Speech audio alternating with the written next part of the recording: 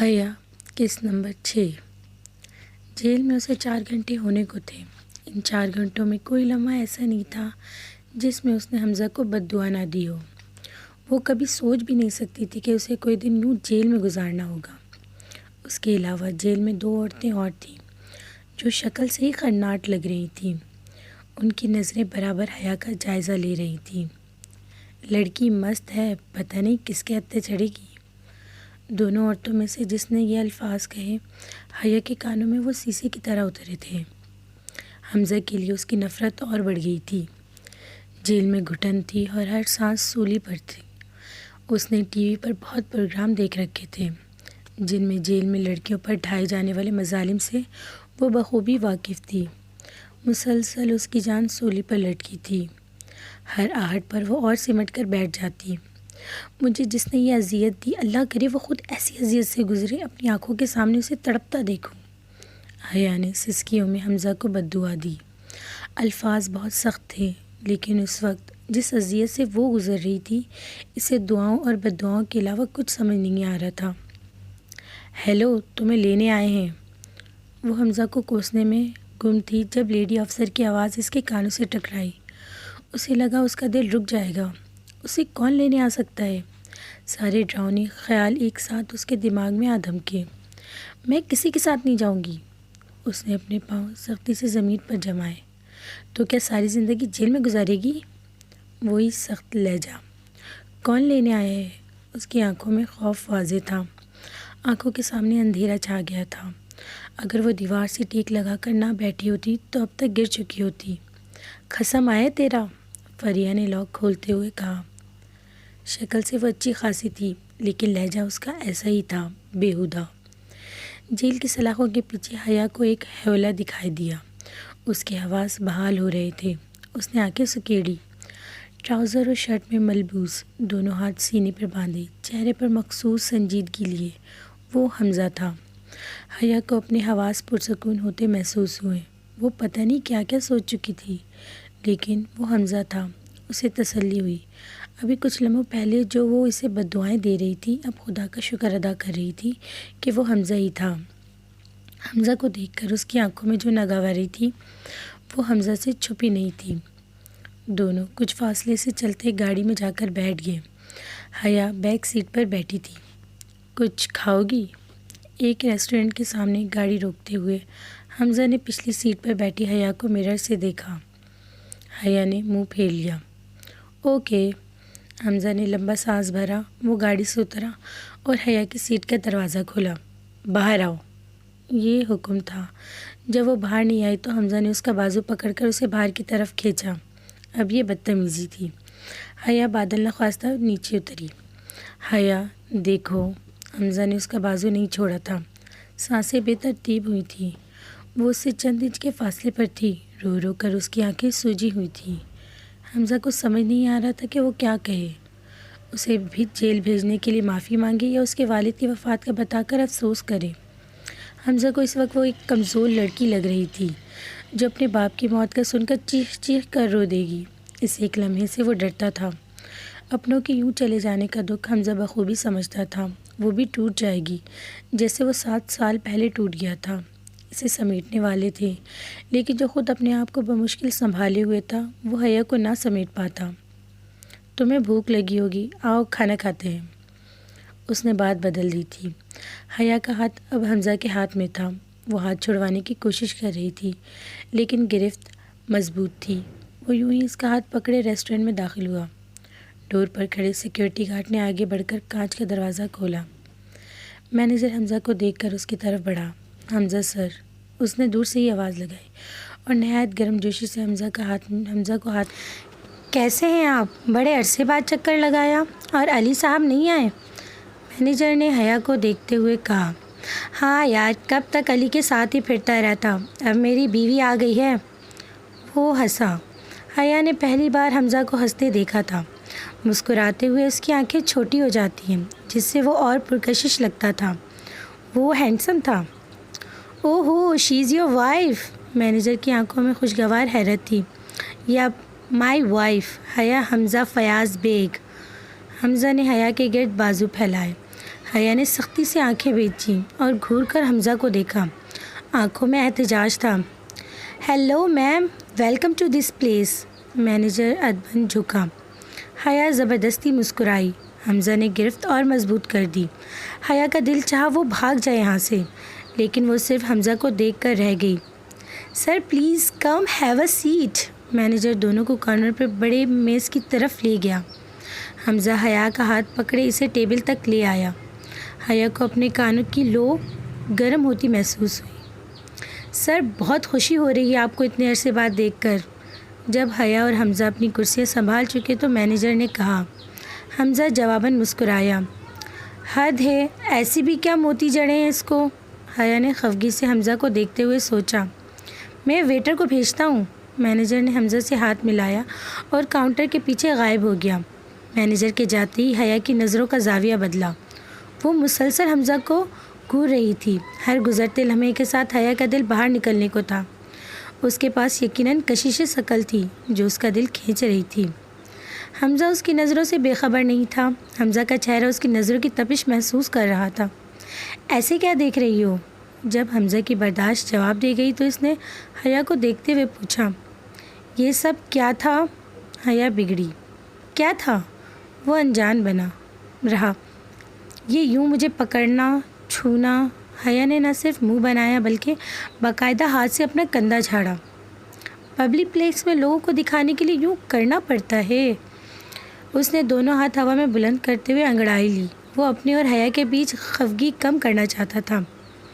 آئندہ مجھ سے پوچھے بغیر مجھے ہاتھ مت لگانا۔ حیا اس کی لاپرواہی پر آگ بگولا ہوئی۔ پوچھ کر لگا سکتا ہوں؟ حمزہ نے اجازت چاہی۔ کوئی اور لڑکی ہوتی تو وہ حمزہ کی اس ادا پر فدا ہو جاتی، لیکن وہ حیا تھی جسے حمزہ سے سخت نفرت تھی۔ اس کے ساتھ رہنا مجبوری۔ وہ حمزہ کے گھر کے علاوہ کہیں اور محفوظ نہیں تھی۔ Sir how can I assist you? حیا کے کچھ کہنے سے پہلے ہی ویٹر کی آواز سنائی دی۔ حمزہ سیدھا ہو کر بیٹھ گیا۔ کیا کھاؤ گی؟ حمزہ نے مینیو کارڈ پر نظر گھماتے حیا سے پوچھا۔ مجھے بھوک نہیں ہے۔ گو کہ حیا کو بھوک بہت لگی تھی اور یہاں کھانے کی خوشبو اس کی بھوک اور بڑھا رہی تھی، لیکن وہ حمزہ کے کہنے پر کچھ نہیں کرنا چاہتی تھی۔ حمزہ نے پاس کھڑے ویٹر کو دیکھا اور زبردستی مسکراتے ہوئے حیا کو دیکھا۔ جانا، ہم کھانا کھانے آئے ہیں تو بھوک کیسے نہیں لگی؟ حمزہ نے کمال اداکاری سے پیار جتایا۔ حیا بس منہ کھولے اسے دیکھتی رہی۔ تو بتاؤ تم کیا کھاؤ گی؟ حمزہ نے مینیو کارڈ حیا کی طرف پھیرا۔ حیا جانا لفظ کے استعمال پر دوبارہ احتجاج کرنا چاہتی تھی، لیکن حمزہ کے انداز سے اسے یہ لگا کہ بات ابھی دبا دینی چاہیے، اور اس نے فرمانبردار بیوی کی طرح حمزہ کے ہاتھ سے مینیو کارڈ لیا اور 2 فوڈ آئٹمز پر انگلی رکھ کر ہاتھ پیچھے کھینچ لیے۔ حمزہ نے کارڈ اٹھایا اور 1-2 اور ڈشز کا نام نوٹ کروایا۔ حیا کو حمزہ کا یوں اس کے ساتھ بے تکلف ہونا کھٹک رہا تھا۔ وہ اتنا سویٹ تھا نہیں جتنا بن رہا تھا۔ کھانا کھاتے اور گھر واپس آنے تک 4 بج چکے تھے۔ گیٹ علی نے کھولا تھا۔ وہ حیا سے پہلی بار مل رہا تھا۔ السلام علیکم بھابھی، علی نے اپنائیت سے کہا۔ حیا نے بس مسکرانے پر اکتفا کیا۔ مجھے شاید آپ نہیں جانتی، میں حمزہ کا دوست ہوں۔ تو نے بھابھی کو میرا تو نہیں بتایا ہوگا؟ اپنا تعارف کروانے کے بعد علی نے حمزہ سے شکوہ کیا۔ بھول گیا۔ حمزہ نے اس کے کندھے پر ہاتھ مارتے معذرت چاہی۔ نائس ٹو میٹ یو علی۔ حیا کو نیند آ رہی تھی۔ وہ دونوں کو وہیں چھوڑ کر اندر چلی گئی۔ کیا بات ہے باس، ڈنر ونر؟ ہاں، علی نے حمزہ کو چھیڑا۔ ہاں تو بھوک لگی تھی اسے، فریہ نے جو اسے ڈرا کر وہاں رکھا ہوا تھا، بیچاری۔ حمزہ نے بات کور کرنے کے لیے فریہ کو بیچ میں گھسیٹا۔ بتایا اس نے مجھے تو نے کیا کروایا اسے، شرم تو نہیں آتی تجھے؟ میری معصوم بیوی کو ولن بنا دیا۔ علی نے اس کے سینے پر مکہ مارا۔ جاہل انسان، درد ہوتا ہے۔ حمزہ نے اپنے سینے کو سہلایا۔ میرے یار، علی نے حمزہ کو اپنے بازوؤں میں بھینچا۔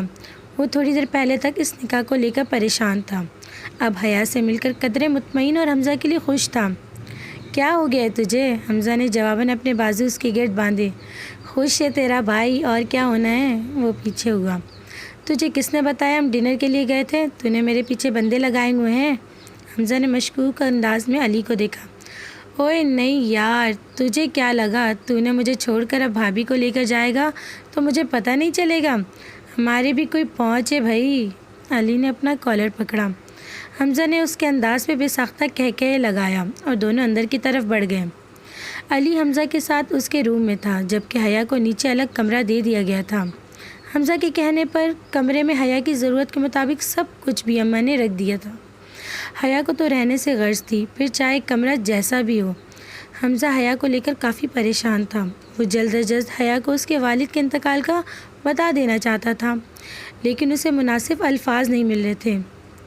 یہ موت بھی زندگی کی عجیب حقیقت ہے، جن کے بغیر ہم جینے کا تصور بھی نہیں کر سکتے۔ وہ ہمیں چھوڑ کر منو مٹی تلے سو جاتے ہیں، ہمیں چھوڑ کر چلے جاتے ہیں۔ بیڈ کی پشت سے ٹیک لگائے آنکھیں موندے وہ علی سے کہہ رہا تھا۔ اب تو کیوں پریشان ہے؟ علی پیچھے آدھے گھنٹے سے اس کی ایسی باتیں سن رہا تھا۔ یار میں حیا کو کیسے بتاؤں، مجھے اس کے ریئیکشن سے ڈر لگتا ہے۔ حمزہ تو ڈرپوک تو نہیں تھا، اب تجھے کیا ہو گیا ہے؟ مجھ سے یہ موت کی خبریں نہیں سنائی جاتی۔ حمزہ سیدھا ہو کر بیٹھ گیا۔ میں بتا دوں؟ علی نے اجازت طلب نظروں سے حمزہ کو دیکھا۔ یا فریہ سے کہہ دوں؟ جب حمزہ کی طرف سے کوئی جواب نہیں آیا تو اس نے دوسری رائے دی۔ نہیں، میں خود اسے بتا دوں گا، یہی بہتر رہے گا۔ علی نے اس بات میں سر ہلایا۔ صبح کا 1 بج رہا تھا۔ حیا اب تک سو رہی تھی۔ حمزہ ابھی باہر سے آیا تھا۔ علی فریہ کو لینے گھر گیا تھا۔ لڑکے مختلف کام نمٹاتے خوش گپیوں میں مصروف تھے۔ شہری سب کو اپنے سنجیدہ انداز میں چٹکلے سنا کر داد وصول کر رہا تھا۔ سر اب تو بھابھی سے ملوا دیں، شہری نے حمزہ کو دیکھتے ہی 7ویں بار فرمائش کی۔ بتایا تو سو رہی ہے۔ حمزہ نے اب کے شہری کی ڈٹائی پر اسے گھورا۔ وہ جب سے آیا تھا یہی رٹ لگائے بیٹھے تھا۔ شہری سب کا لاڈلا ہونے کے ساتھ حمزہ کا چہیتا بھی تھا۔ شہری کا اس دنیا میں کوئی نہیں تھا۔ ماں باپ تھے جو ایک حادثے میں وفات پا گئے تھے۔ وہ اکلوتا تھا، در بدر کی ٹھوکریں کھاتا ایک خطرناک گینگ کے ہتھے چڑھ گیا تھا۔ ابھی اسے وہاں 2 دن مشکل ہوئے تھے کہ حمزہ اسکواڈ نے ایریا پر ریڈ کروا دیا۔ تفتیش میں واضح ہوا کہ شہری کو وہاں آئے محض 2 دن ہوئے تھے۔ حمزہ نے آئی جی سے ریکویسٹ کر کے شہری کو اپنے زیر سایہ لیا۔ بقول شہری کے حمزہ نے 17 سالہ شہری کو اڈاپٹ کر لیا ہے۔ اسے شہری میں ایک قابل شخصیت دکھتی تھی، یہ بھی شہری کا ہی کہنا تھا۔ حمزہ کی شہری پر تمام تر عنایتوں کی وجہ سے سب اسے سن آف حمزہ بلاتے تھے۔ گو کہ حمزہ اور شہری کی عمر میں 6-7 سال سے زیادہ کا فرق نہیں تھا، لیکن ذاتی اور پروفیشنل زندگی کے تجربے نے حمزہ کو واقعی وقت سے بہت بڑا کر دیا تھا۔ اس کی شخصیت میں سنجیدگی اور ٹھہراؤ آ گیا تھا۔ فریہ آ چکی تھی گھر میں، اب شادی کا سماں لگ رہا تھا۔ ہال میں سب محفل جمائے بیٹھے تھے۔ حیا کمرے سے باہر نکلی، مگر اتنے لوگوں کو دیکھ کر وہ دوبارہ اندر چلی گئی۔ حمزہ نے اسے دروازے سے واپس جاتے دیکھ لیا تھا۔ وہ اس کے پیچھے کمرے میں آیا۔ 7 بج رہے ہیں، اسی سلسلے میں سب آئے ہوئے ہیں، تم فریش ہو جاؤ، سب تم سے ملنا چاہتے ہیں، صبح سے تمہارا پوچھ رہے ہیں۔ میں ان کو نہیں جانتی۔ حیا پہلی بار میں حمزہ کی بات مان جائے، ایسا کیسے ہو سکتا تھا؟ حمزہ چل کے اس کے سامنے آ گیا۔ تو جان جاؤ گی، یہی میری فیملی ہے حیا، اور اب تمہاری بھی۔ میں 2 دن یہاں ہوتا ہوں، 6 دن نہیں ہوتا، میرے بعد یہی تمہارا خیال رکھیں گے۔ حمزہ نے باہر بیٹھے لوگوں کا بہترین تعارف کروایا تھا۔ کیوں مجھے ہر چیز کے لیے فورس کرتے ہو تم؟ تمہاری فیملی ہے تو تم ملو، میں کسی سے نہیں ملوں گی، کوئی شو پیس نہیں ہوں میں۔ وہ بات غلط سمت لے کے جا رہی تھی۔ حمزہ کو پہلے ہی سمجھ جانا چاہیے تھا، وہ ایک بار کہنے سے کہاں ماننے والی تھی۔ کھڑی ہو، کھڑی ہو، وہ چلایا۔ باہر شور اتنا تھا کہ آواز کمرے سے باہر نہیں گئی۔ حیا نہ چاہتے ہوئے بھی کھڑی ہو گئی۔ اسے حمزہ کے غصے سے ڈر لگتا تھا۔ وہ 1 منٹ میں آپے سے باہر ہو جاتا تھا۔ اس نے حیا کا ہاتھ پکڑا اور اسے لاؤنج میں لے آیا۔ السلام علیکم بھابی۔ دونوں کو دیکھ کر 1 منٹ مؤدبانہ خاموشی چھائی رہی، اور پھر بیک وقت اسکول کے بچوں کی طرح سب نے بآواز بلند سلام کیا۔ حیا کو عجیب لگا، وہ نرسری کلاس کی ٹیچر نہیں تھی۔ ماشاء اللہ ماشاء اللہ، حیا نے آواز کا تعاقب کیا۔ یہ 19-20 سال کا لڑکا تھا جو صوفے پہ پھلانگتا ان دونوں کے سامنے آ کھڑا ہوا۔ آتے ہی لڑکے نے اپنا سر آگے کر دیا۔ حیا 1 قدم پیچھے ہٹی۔ ارے پیار دیں، چھوٹے ہیں ہم۔ وہ اور جھکا۔ حیا نے سوالیہ نظروں سے حمزہ کو دیکھا۔ وہ ابھی اتنی بڈھی تو نہیں ہوئی تھی کہ اپنے سے 2-3 سال چھوٹے لڑکے کے سر پہ ہاتھ رکھتی۔ یہ شہری ہے، حمزہ نے حیا کا ہاتھ شہری کے سر پر رکھتے ہوئے اس کا تعارف کروایا۔ شہری شہری شہری شہری، سب نے ردم میں سر لگایا۔ حیا کو ان کی دماغی حالت پر شک ہوا۔ تبھی فریہ ہنستے ہوئے اپنی جگہ سے اٹھی۔ برا مت ماننا، سب سے چھوٹا ہے تو نہ سمجھے۔ فریہ نے شہری کے سر پر چپت رسد کی۔ اور بدتمیز بھی، یہ شہروان تھا۔ شہری نے محض شہروان کو گھورنے پر اتفاق کیا، جبکہ باقی لوگ شہری کی شامت پر چہک رہے تھے۔ ہائے، آئی ایم فریہ، نام تو سنا ہوگا۔ فریہ نے آگے بڑھ کر حیا کو گلے لگایا۔ اسے کیسے وہ بھول سکتی تھی؟ جیل میں جس طرح ہر 2 منٹ بعد آ کے فریہ اسے ڈرا دھمکا رہی تھی، اسے یاد تھا۔ حیا نے حمزہ کی طرف دیکھا۔ اپنے علی کی وائف ہے۔ حمزہ نے حیا کا ہاتھ اب تک پکڑا ہوا تھا۔ جی، اور آپ کے قسم کی دوست، میرا مطلب آپ کے شوہر نامدار کی۔ ہلکے کہکے بلند ہوئے۔ حیا اور حمزہ کے نکاح کی حقیقت اب سب جان چکے تھے۔ حمزہ نے کون سا پردہ رکھا تھا؟ حیا کے رات جیل میں رہنے اور وہاں ہوئے واقعات فریہ نے چہک چہک کر سب کو بتائے تھے۔ تو مجھ سے ناراض ہو گئی، پر کیا کریں، مجبوری ہے۔ باس کا حکم ہم ٹال نہیں سکتے۔ فریہ کو دیکھ کر حیا بالکل اچھا نہیں لگا تھا۔ پہلی ملاقات اچھے حالات میں ہوئی نہیں، لیکن میں اتنی خوفناک نہیں ہوں جیسی جیل میں تم سے ملی۔ فریہ تلخی کم کرنے کی کوشش کر رہی تھی۔ واقعی اب جس فریہ سے وہ مل رہی تھی وہ جیل والی فریہ سے بالکل مختلف تھی۔ خوش مزاج اور بالکل مختلف لب و لہجہ۔ مائی نیم از زویان۔ فریہ مل کر پیچھے ہوئی تو صوفے کے بازو پر بیٹھے زویان نے ہاتھ بلند کیا۔ And I am not a terrorist. شہری نے بیچ میں ٹانگ اڑائی۔ وہ سب کے چہروں پر مسکراہٹ پھیل گئی۔ دس از شیروان۔ شیروان نے آخر میں اپنا تعارف کے لیے ہاتھ اٹھایا۔ عمر 24 سال، رنگ گورا، دماغی حالت ٹھیک نہیں، 2 دن سے لاپتہ، جسے ملے خود ہی رکھ لے، ہمیں ضرورت نہیں۔ سیل فون پر جھکے شہری نے انتہائی سنجیدہ انداز میں شیروان کو لاپتہ قرار دے دیا۔ گدھا ہے تو؟ شیروان بھڑکا۔ لاؤنج کہکہوں سے گونجا۔ حیا بن کی نوک جھونک انجوائے کر رہی تھی۔ تھوڑی دیر تک ہم پارلر جا رہے ہیں، تمہیں چھوڑ کر میں آ جاؤں گا۔ کچھ چیزیں ہیں جو مجھے یہاں دیکھنی ہیں، تم تیار ہو جانا، پھر میں تمہیں لے آؤں گا۔ جب سب اپنا تعارف کروا چکے تو حمزہ نے حیا کو اگلے 2 گھنٹے کا لایا عمل بتا دیا۔ جاری ہے۔ تو دوستوں، کیسا لگا آج کا ایپیسوڈ آپ کو؟ ہمارے چینل کو سبسکرائب کیجیے، پلیز ہماری ویڈیوز کو لائک کیجیے اور کمنٹ کرنا نہ بھولیے۔ کمنٹ کر کے ہمیں بتائیے آپ کون سے ناولز ہمارے چینل پہ پڑھنا اور سننا پسند